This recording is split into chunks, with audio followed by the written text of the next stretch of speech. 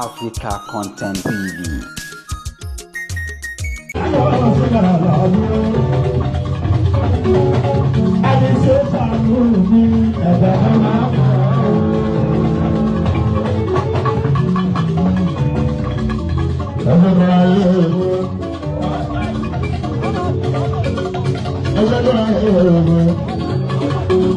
Ọmọ máa sí èdè bàbá gbé, ó máa lè sọ ọmọ ọ̀rọ̀ gbé.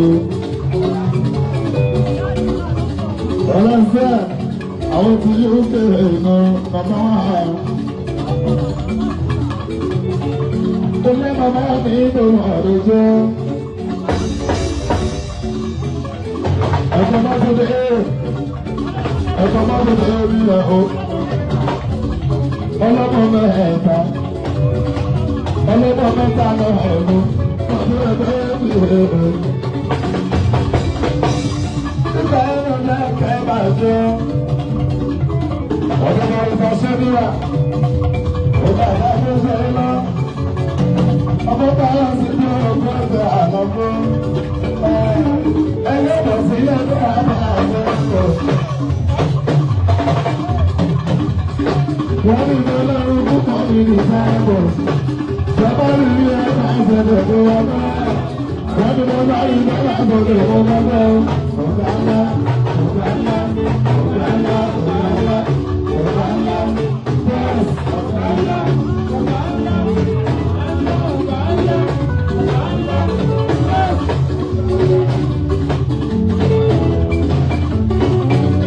I'm not going to talk about your ìmọ̀lẹ́ ẹ̀mú. Onígbàgbọ́ nínú ìlú ní ìsàlàyé.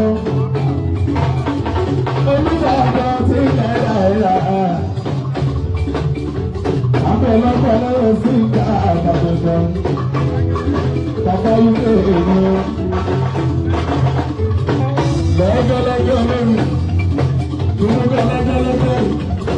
Lọ́jọ́lọ́jọ́ tó ti ṣe.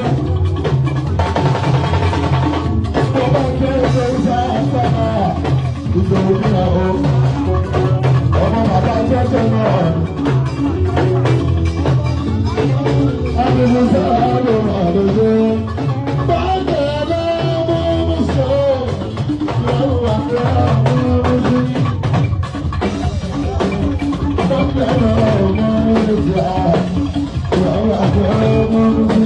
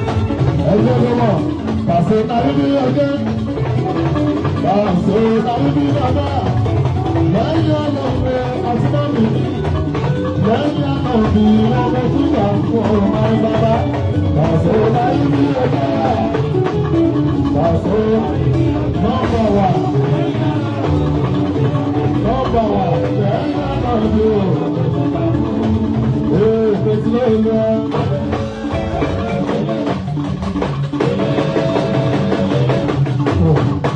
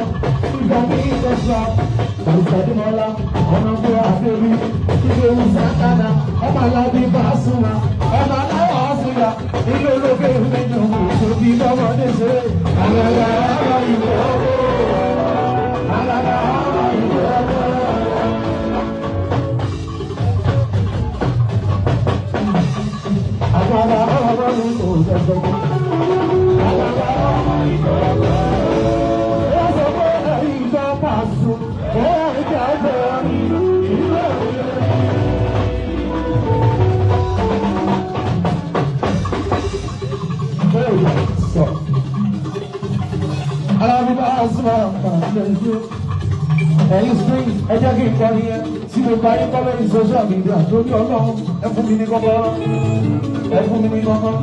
afárá sí bàá súnmọ́. wọ́n lè pé láwọn tí sára yìí ló ṣùgbọ́n. àwọn tí wọ́n ti sí bàá súnmọ́. wọ́n lè pé láwọn tí sára yìí ló ṣùgbọ́n. tí wọ́n mọ̀ ní ẹni sáré yìí. Àlàbí Pasuma ní bàbá Jésù. Tí wọ́n bá ní èmi sọ ìlú. Àlàbí Pasuma ní bàbá Jésù sọ. Àlàbí Pasuma ní ẹsẹ̀ òkùnkùn níbí. Ọmọ yẹn máa ṣe òkùnkùn níbí. Tí ọmọ bàbá mi.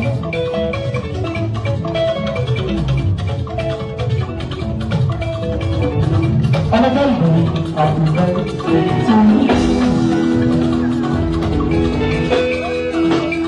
Happy birthday to you. Happy birthday, happy birthday, happy birthday to you. May the good Lord bless you. May the good Lord bless you. May the good Lord bless you.